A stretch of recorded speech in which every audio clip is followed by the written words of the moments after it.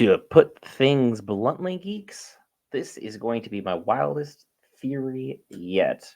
That being said, everything involving him and everything involving Omega, who's behind me, is all going to tie into the trilogy that we do not speak of. Let's talk about it.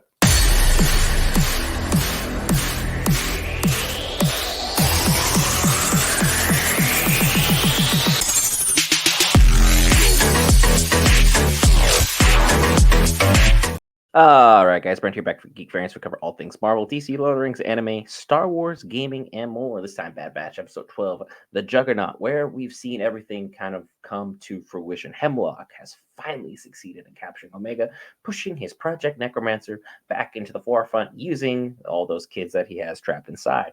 On top of that, we have Clone Force 99 now trying to break out Admiral Rampart, who is now in a detention labor camp for the Empire. So they have to break him out because Crosshair, knowing the whole time they needed to get back to Tantus, decided to hold on to vital information that could have ultimately helped Omega out earlier. And we could have helped out all those clones. So Crosshair's fear is more powerful than the fact that he was caring about his brothers in arms. That to me is wild in of itself. But look, here's the thing you guys all want to talk about. How is Rey Omega? And the thing that is going to make all this tie together, as much as I desperately want to be wrong about this theory, let's just talk about the elephant in the room. Papa Palpatine, Emperor Sheev, the one and only Dark Lord of the Sith. Well, let's just imagine this. You're a woman. You have very fertile body. You're definitely in a situation where you're able to carry on a legacy, carry on a family name. Out of all the men in the Star Wars universe that you're going to pick, Papa Palpatine is not very high on it. Let's just put things bluntly. If you can choose to procreate and have someone carry on your lineage, he's not the man for it. He doesn't have the looks, he doesn't have the suaveness, he doesn't have the compassion, the tenderness, etc., etc., etc. So at the end of the day, when you have someone who wants to live on eternally, like Palpatine, and who wants to carry on a family line in the way that he does, well, the sequels poorly introduced the fact that, hey, he had a family line and he had someone spawn out his legacy. Things got a little out of hand, and the next thing we know, we have Rey on Jakku. Well, the person whose bloodline that they're going to continue to use is Omega. And they're not going to use it in the traditional sense of, male, female, bow, chicka, bow, wow. And then you have something going on. She's a kid. Star Wars makes a lot of interesting theories, but we're not Game of Thrones out here. We're not going to do something of that vile nature. What we are going to have happen here is that they're going to use Omega's blood. They're going to combine her blood with the samples for all the other kids to create a bunch of, how should I put this to put it the right way? Vessels would probably be the best way that I can put it.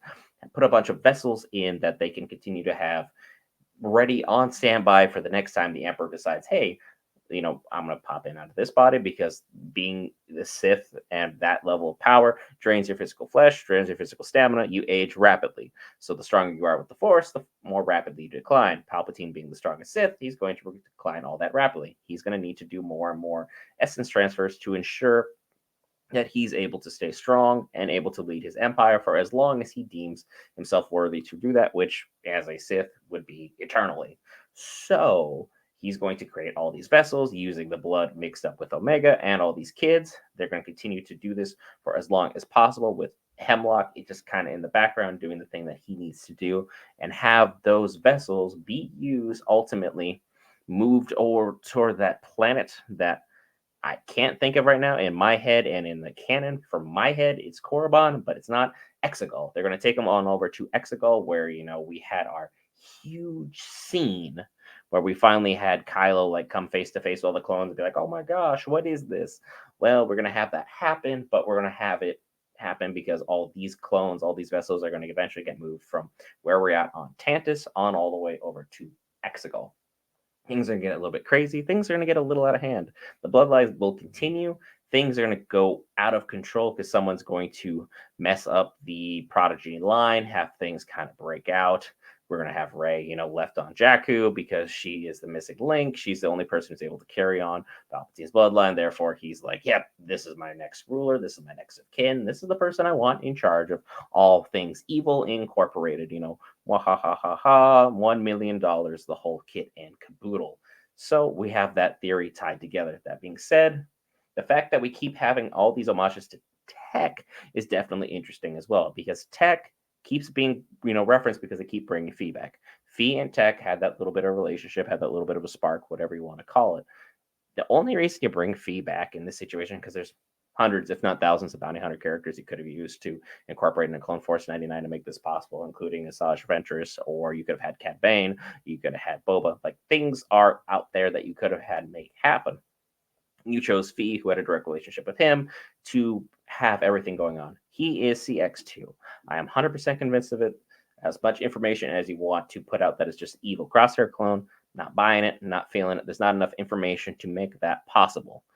Him going through everything that he did and having PTSD from being in an internment camp and being, used to basically as blood fuel for everything the Empire was working on. Yeah, that's horrible. That'd make me not want to go back. The fact that they cloned me and made another one of me would definitely be interesting, considering if they could just make a whole nother Clone Force 99, they would have just made a whole nother Clone Force 99 to fight Clone Force 99. You see what I'm saying here? If they're doing evil Crosshair, they would have been able to easily, with the technology and budget that they had, make a whole nother set of clones to stop these clones from messing up their plans involving Omega. If it was possible, they would have already done it. They needed the blood of someone who's already part of Clone Force 99 to have a quick turnaround and take out his brothers in arms, aka Tech. So those are my two theories for this week. The episode itself was fairly solid. Seeing Hemlock do evil as he always done, the voice acting for him has been phenomenal thus far. Seeing Rampart come back was definitely interesting. And anytime we can get Fee in Star Wars, things are going good. We still have 3 more weeks of this series. Very excited for that. I'd be more excited if you hit that lovely red subscribe button in the description below or in that bottom right corner with our logo. Thank you so much for checking out Geek Variants, where we cover all things Marvel, DC, Lord of the Rings, anime, gaming, Star Wars, and more. And tomorrow we'll have X-Men 97 covered for you, the viewer, as well as we watching live Fallout with you, the Geek Variants who matter. I'll see you tomorrow. I'm going to need all the rest I can get in the meantime. Peace.